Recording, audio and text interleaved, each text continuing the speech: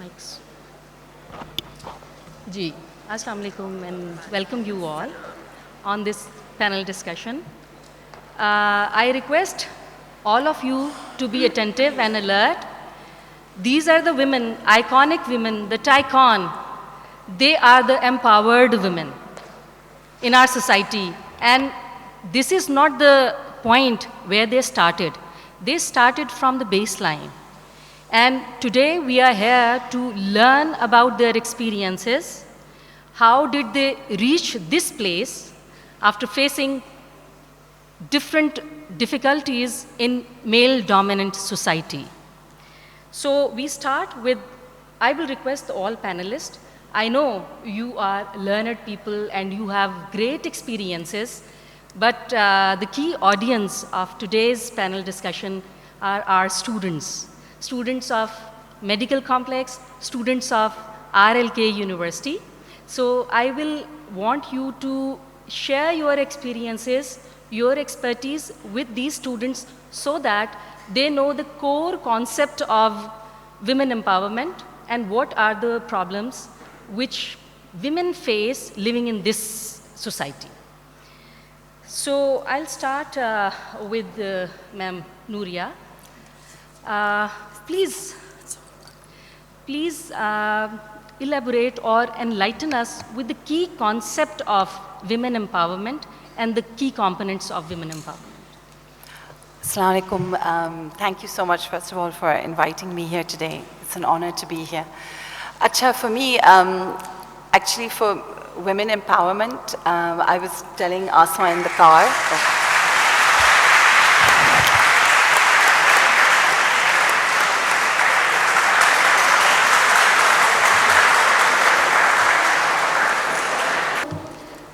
So madam, we started with the discussion. And to start with the discussion, I would like, if you permit, because I throw this question to you first, but madam, I want you to enlighten our students, our audience, about women empowerment and what are the key concepts of women empowerment. After you, for you speaking already. No, but you can go first. Assalamu alaikum, everyone. Women's Day Mubarak and Ramzan Mubarak. So we have actually many things to celebrate, and this Rashid Latif College and Arif Memorial Hospital is another thing to celebrate. I have known Rashid Latif, I think, when he started his medical practice.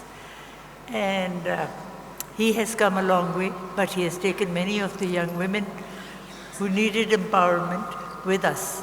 I don't know how many, I was asking in the way as to how many women are in the college now, today. About 1,500. 50 women? 1,500. 1,500 women? It is a co-ed college. So it's a co-ed college and 1,500 are women. I think Pakistan is fortunate. When we started out in 1947, we had the Mayo Hospital and we had the Punjab University. Now I think more than 250 universities are recognized by the Higher Education Commission, and also numerous hospitals, which is something that we needed to have, because two things that Pakistan still lacks is education and health. And if all the people get educated, that's half our battle won. Theek hai beta. I hope everybody can hear. I don't have much to say because I think the younger people have much more to say. Iqbal ne to kaha hai na कि जवानों को पीरों का उस्ताद बन कर खिरद को गुलामी से आज़ाद कर. So today we really need to learn from the youngsters. They have much more to teach us because the older generation is now time barred. Iqbal तो कहता है ना, गया दौरे सरमायादारी गया तमाशा दिखाकर मदारी गया. तो अब तो नया ज़माना आया है. And one thing we need is egalitarianism. And in egalitarianism, half the population is women. Even though when they come to do the census, they say Mardam Shumari. I don't know why it's called Mardam Shumari. Half the people count their boys. And then if you ask them again, they said, yes, we have a couple of daughters too. They will add them on as an afterthought. But women are the backbone of society. If there wasn't a woman to begin with, the world could not have gotten anywhere. So primacy is with women because they look after the children, they bring them up, and they see to it that they follow whatever they have to do in life in a proper manner. So the mother has far more responsibilities in the house and around the house. And I think we are lucky that this generation knows much more than the previous generation, and I hope that they can impart even more to the generation who comes. Thank you very much. I would like to listen for what all the others have to say. I have heard them occasionally, but it's always a pleasure and of interest to listen. Thank you very much. My next question is to Ms. Nuria. Kindly tell us or enlighten us that in your opinion, what are the barriers that prevent women from fully realizing their potential in this real world? Personally speaking, actually it's kind of like the first question that you asked me. This concept of women empowerment, actually, Asma and I were in the car coming here, and I was saying that I never understood this concept of empowerment. I was brought up in the UK, and I had a family that believed in a girl's education, that I was going to go to college. I had teachers I was in an all-girls school. We were never told that you cannot do X, Y, Z as a profession. Though I never had a mental block or a mental limitation as to what I was capable of doing. Only when I came to Pakistan, I saw this talk about empowerment, and I understood that actually, my personal feeling is that empowerment, actually, women's empowerment, starts from home. It starts from when you are a little girl. It actually is the messages, the subliminal messages that we give our girls.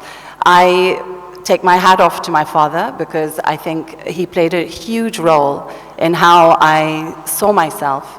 And I think that this is actually the message that you start is actually from home, because it's a mental thing. For me, empowerment is actually about choice. A woman who is empowered is a woman who feels that she has a choice in her life. She has an autonomy over herself. She has a feeling of independence over herself. And she can still be a mother, she can be have a career, she can be all of those things, but there is a feeling within her, I feel, when you say that somebody's empowered, they feel that they are in control of their life in that way. So for me, it actually begins from home, from a young age. And what is the biggest thing that you can do for women empowerment is for girls to go to school. That is the biggest thing, that is the biggest example of women empowerment, and that's why I say it starts at a little age. Girls going to school, girls going to college. You are setting them up for them having the potential to realize, But madam, to extend this discussion, this here in Pakistan and many other countries like Pakistan, these societies are male-dominant societies. We have cultural barriers and we have societal barriers. So, keeping in view of those barriers, when you established your organizations or welfare associations in Pakistan, did you face any barrier or any issues going ahead or moving ahead? No, you see, I didn't. I didn't face issues in that way because of how I carry myself. That's what I'm trying to get to. So I feel a woman, when she is brought up in the right environment, when you, for example, what are you sending a message when, forget from our cultural, like whatever society, even from the lowest societies, a man who sends his daughter to school, what message are you giving her? She's equal value to a boy in your home, that he's going to school. You have equal belief in her that she can do something with her life. So I feel that these things, actually that is where, my personal view is that is where it starts. But yes, of course, I mean, we have, one of the charities that I run is Rising Stars Foundation. Yeah. And I set it up with friends like in 2009.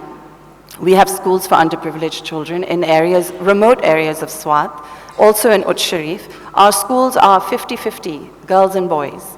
And we do, in certain areas, in Swat, for example, we do work with the local community. We found that a lot of people, when the girls got to grade 5, they wanted them to stay at home. We came, we spoke to the community, we explained that how invaluable it is for them to get an education, how they will be a support for their family when they actually have got an education and they can actually work and have a job. I mean, you know, women make up half of our population. And think of where Pakistan is and where could it be when we have more women who are empowered, who join the workforce, who are earning. Naturally, we will, you know, our country will develop leaps and bounds when the other half of our population also becomes productive. Okay, thank you, ma'am. Ma'am Mariam, you are representing our country on international level. What do you think? Do you agree? Do you want to add something on it? Assalamu alaikum, everyone. I have a different story to tell. And my story might be different from ma'am. And I would believe my father had a very different vision of women empowerment. He felt a woman who's educated, of course, he provided me education, and her ultimate point was to get married, to have a very comfortable life. That was the vision of my dad. He gave me that power that I did my bachelor's, I was 18, and according to his vision, I had to get married when I was 18 and 19, I became a mom. And the stories that I have achieved might connect to all of you. Why? Because everybody thinks that once you get married, your life gets over. I'm sitting here today with the idea, when I got married, I was bachelor's only, and now I have done my MPhil, and I'm working, and I'm studying, and I'm a mother. I went to a very different lifestyle. A girl who was wearing a hijab, who was playing basketball till the national level, was understanding the world from an eye of my father, and they had inculcated in my mind that girls do not do jobs, and you don't need to do jobs. So we were told we are supposed to be fed by the male members in the family, and they are supposed to take care of you. And if your man is doing that, you are leading a happy life. And that is what I grew up with. And I said, okay, fine, that's the perfect life. I've gotten a husband. In Foreign Office, I moved to Paris, the most beautiful place in the world, and I'm 18. And there I realized life completely changed from my family household to a different country environment, and I was not prepared for that. I was not prepared to be in that international environment where the women had a different role. So I started learning since 1994 when I got married and I went to France. I said, okay, fine, this is a different world. Here they do not believe and respect the women who are sitting at home and doing nothing. So people would ask me questions, what do you do? And I would say, yes, I'm a diplomat because I'm a wife of a diplomat. What do I do? I didn't have the answer. I had done some things in the back. And then I started thinking who I am. And that was the day when somebody asked me, you were born Muslim. I said, yes, but I converted to Islam. When the first day I started thinking beyond what my parents had taught me. So the first time I said namaz myself, I said, oh, it was not of the fear of my parents. I said it for myself. That was the day I converted into Islam. So, madam, you are enforcing her point of view. This is the home where your upbringing, and this is the way you are abroad. But, Ma'am Sadia, the problem is, yes, we have given a box. That's a box given to us by our parents, our family. Yeah. And then there is something inside us that wants us to break that box and come out. You know, the breaking that box always comes with the exposure that you want to go somewhere. So if we are blindfolded, we would not even know how to open that box and step out of that box. So that exposure, education gives you that exposure. Your friends, families give you that exposure. When they will look up to you and say, yes, you can be this person. The leaders, yes, the confidence. Ma'am Sabahat, very dear to us all. Advantages of a home ground. I am the one whom you have empowered. And I can myself, I am the lived experience. So my question is very relevant. Madam, do organizational policies and practices play a role in women empowerment? And what if you empower a woman? Do you get, as at organization level, do you get any benefit of empowering women? Assalamu alaikum, boys and girls, gentlemen, ladies. Women empowerment जैसे इन सब ने कहा, title हमारा आज है Unleashing the Power Within. मैं थोड़ा सा आपको चेंज करके इसका जवाब दूंगी. जब आप कोई चीज़ कहते हो Unleashing the Power Within, आप ये चीज़ याद रखिए कि ज़िंदगी में दो तरह के फैक्टर्स होंगे. एक एक्सटर्नल फैक्टर्स जो आपकी ज़िंदगी को रूल करेंगे जितना आप उनको इजाज़त देंगी. दूसरा इंटरनल फैक्टर्स. हमें growing up in our families we are always taught how to handle the external factors. और उसमें हमारा दो नैरेटिव्स हैं जो नूरिया ने भी बात की और मरियम ने भी कहा. We are raised with just two narratives. One narrative, good girl. The good girl is जो सारे सोसाइटी के रूल्स फॉलो करे, who has no voice of her own, who will not express opinions that are other than what is the norm is. She will put everyone else before herself, and thinking about yourself is almost a guna. That's the good girl. You do what you are told and you do it by the rules. Most of us grow up being a good girl. I grew up as being a good girl, and as far as my parents are concerned, I still want to be the good girl. I want to be loved. I want to take the external validation. That's all. We all live on that. We thrive on the fact कि मुझे आप पसंद करें, मेरी आप तारीफ करें. To reach a point where you do not need external validation other than your immediate people who are really close to you, जब तक वो transition ना हो, आप अपने internal factors पे गौर नहीं करते. The second narrative is that of a bitch, a bitch. Anyone who stands up, expresses her mind, and say कि ये ऐसे नहीं ऐसे होगा. आपने organizational बात की. I'm heading the organization here. If I'm tough, if I want to say कि these rules will apply across the board regardless of what, then I'm not a good girl in the society's eye. In the organization employees, क्योंकि ये हमारी जो organizations होती हैं ये reflection होती हैं of the society in general. अगर मेरी जगह कोई और is as a hard taskmaster, he is looked upon as a good leader, somebody they want to follow, they want to be.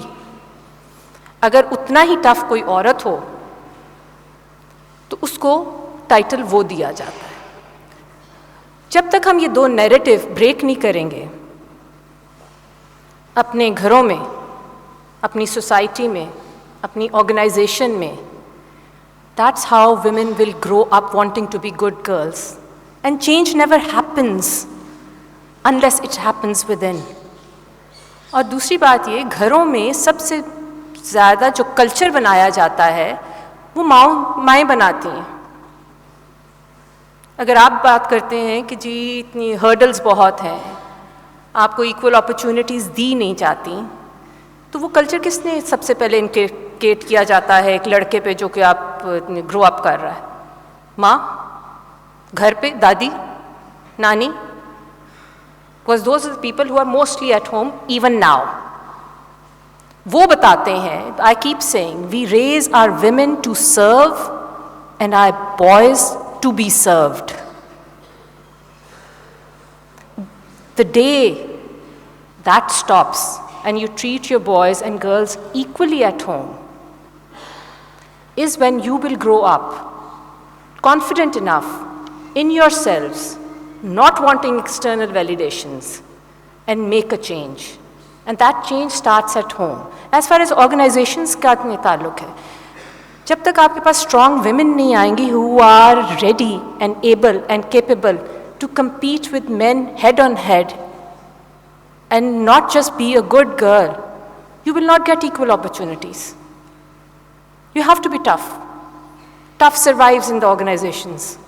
Because organizational and society rules are made for the masses. जो control में होगा वो वैसे ही policies बनाएगा.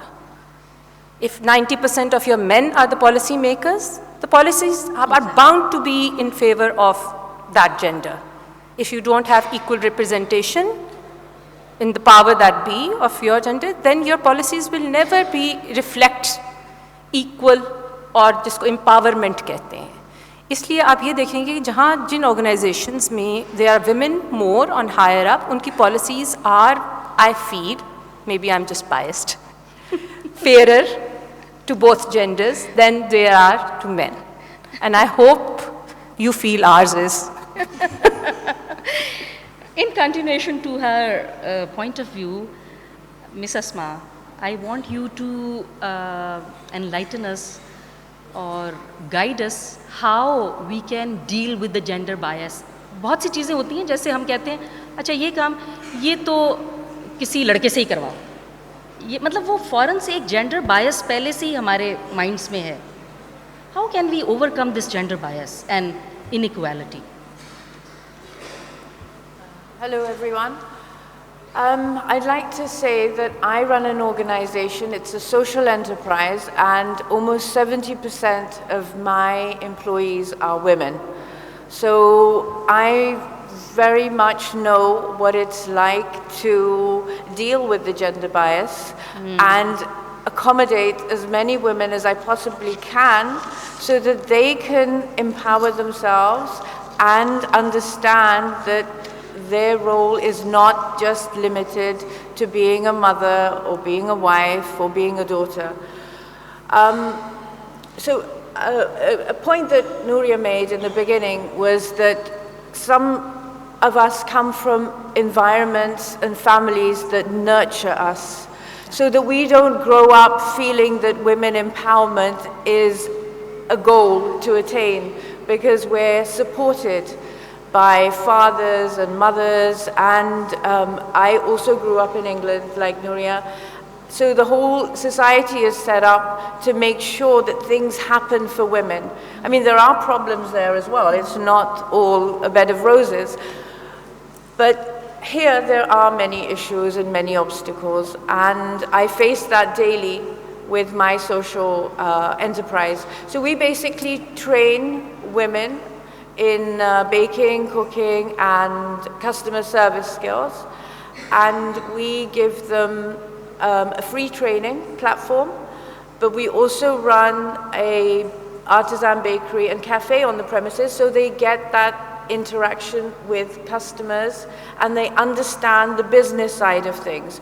So we're not just empowering them with skills, we're also giving them the confidence to deal with the public, to go out there and come face to face, which hopefully increases their confidence and gives them a form of validation that they can do things in public life. Because I think the main problem in Pakistan is the lack of visibility of women in the economic arena. We see far too few women here. And our aim at Go Flower, which is my organization, is to see more women working. But it also saddens me when you train all these women and you spend a lot of time making them believe that they can do more with their lives, only to be forced into a marriage by their parents and their careers come to a halt. Not only at this level, even at the level of medical education.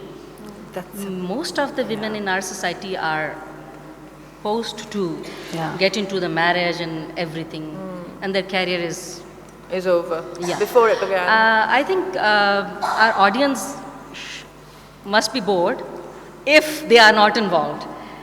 Now I open question answer session from the audience. Any one of you who is curious or who want to discuss or explore further on this topic, please stand up and ask question from the learned panelists. Any one of you. Please raise your hand who want to ask question. Following all of you women for a while, and it's amazing to hear it from you about women empowerment and hear your stories as well. I guess my question is, I would like to just generally ask from the panel themselves, and not particularly directed to a person. How do women empower women? And I'm not speaking in the context of our mothers particularly. I'm speaking in the context of, say, a professional environment or women you grow up with, who you don't exactly have a personal interaction with, but sort of, share things with or are growing with in general. To further expand on that, after answering how women empower women, how do men in our society, we talk about, gender biases a lot. And I feel like we need to reach the place where we no longer need to talk about women empowerment. We need to reach that level where it's no longer a conversation. But I'd also like you to also expand on if how women empower women and how men empower women as a whole.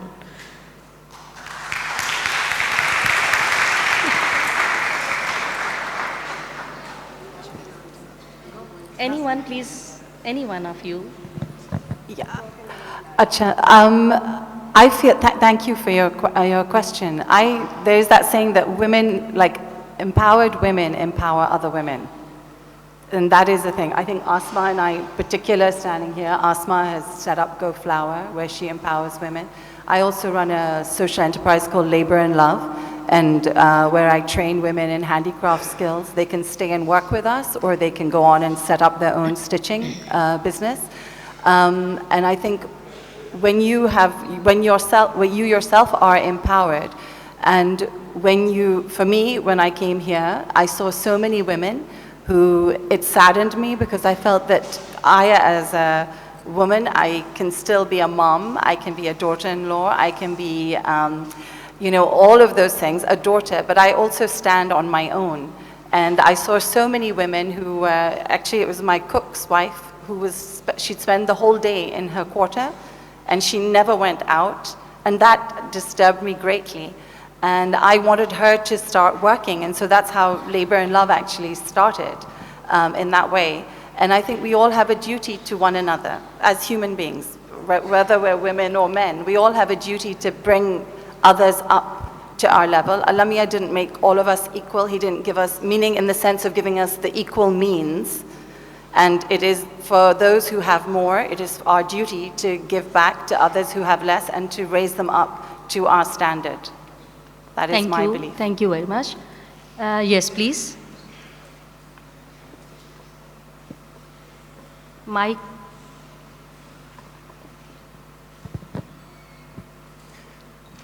So my question is from Miss Asma Shah, run the businesses, and that their potential is not going to waste, and like, you know, how does it work?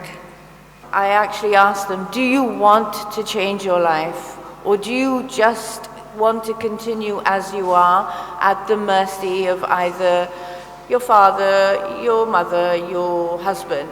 Do you want to stand and earn your own money and at the same time learn skills, but also soft skills that we teach, which are to do with believing in yourself?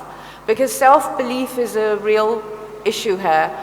I think girls grow up being told, whether it's bluntly or subliminally, that they are going to get married and have children, and that's the be-all and end-all.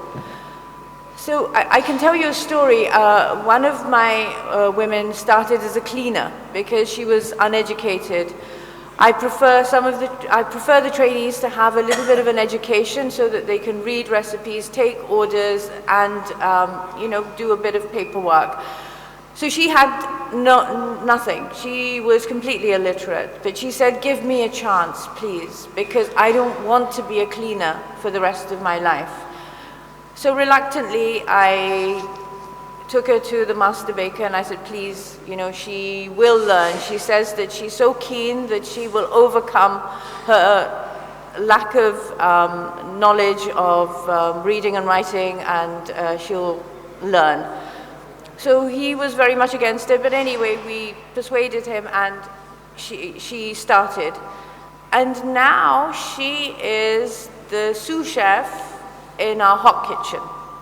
She cannot read or write, but she was so determined to change her life and not be a maid or a cleaner and branded as such. And the best thing is that now her husband takes her much more seriously. Before she was insulted, Excellent. humiliated, you're nothing, tum chup karo, tumhe kya pata. And now he takes her very seriously at the home. So, कहने को तो बहुत कुछ है. मुझे नहीं अंदाज़ा था कि ये डिस्कशन इतनी इंटरेस्टिंग होगी और ये टाइम इतना छोटा सा हो जाएगा. It is already 2 and we are running short of time. So next time maybe we'll plan for a longer discussion time. It was excellent time to spend with, to conclude with this discussion. Celebrating days is not just to celebrate them. The basic purpose and the aim to celebrate specific days is to take some message. Take home message क्या है आपका? आज की discussion का take home message क्या है? कि as women, we'll promise with ourselves to empower women.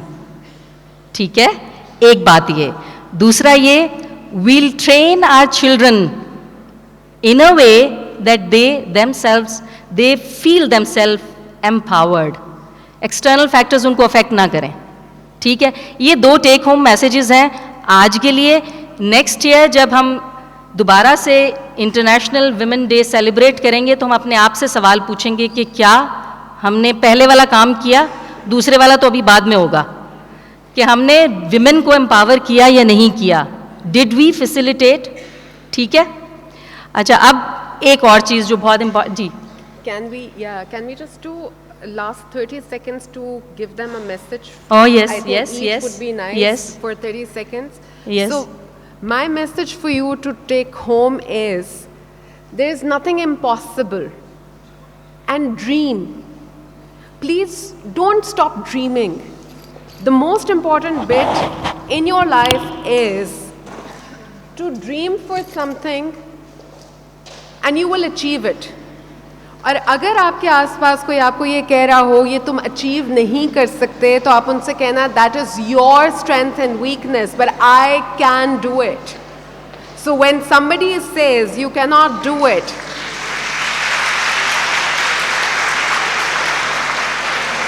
that is actually, so when I asked my mom something, so she had her own weaknesses.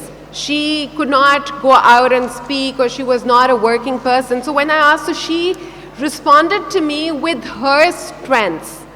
So when I am standing here today and the person asked a question, हम कैसे empower करते हैं? Your teachers are empowering you to dream on. So please first look at them. Second, find a mentor who can guide you through. And please do not feel uncomfortable with your value systems, with your limitations. Find a way out within those limitations and you will be successful, inshallah. Keep hoping and keep dreaming. Well done.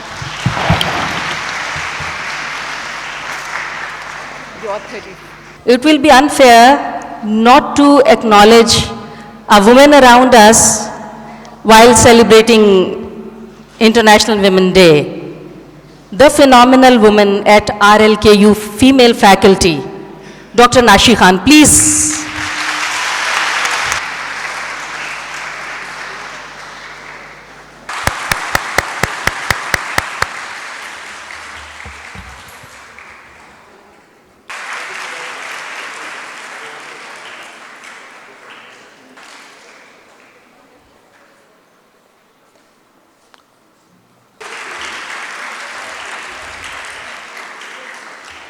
Umar?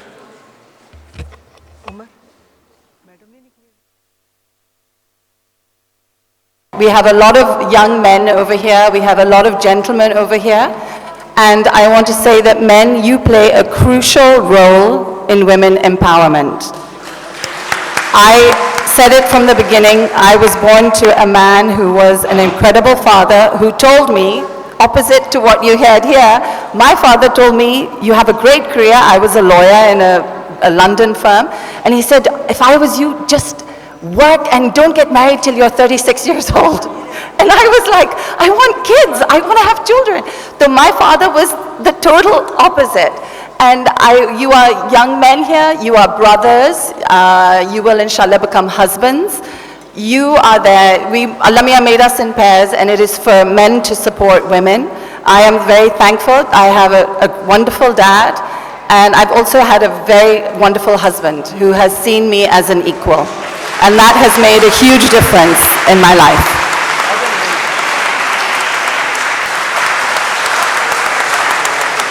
Thank you, ma'am. Thank you so much. Thank you all for being here. It is wonderful having you all here and listening to the valuable talks. Thank you to the honorable panelists. Thank you.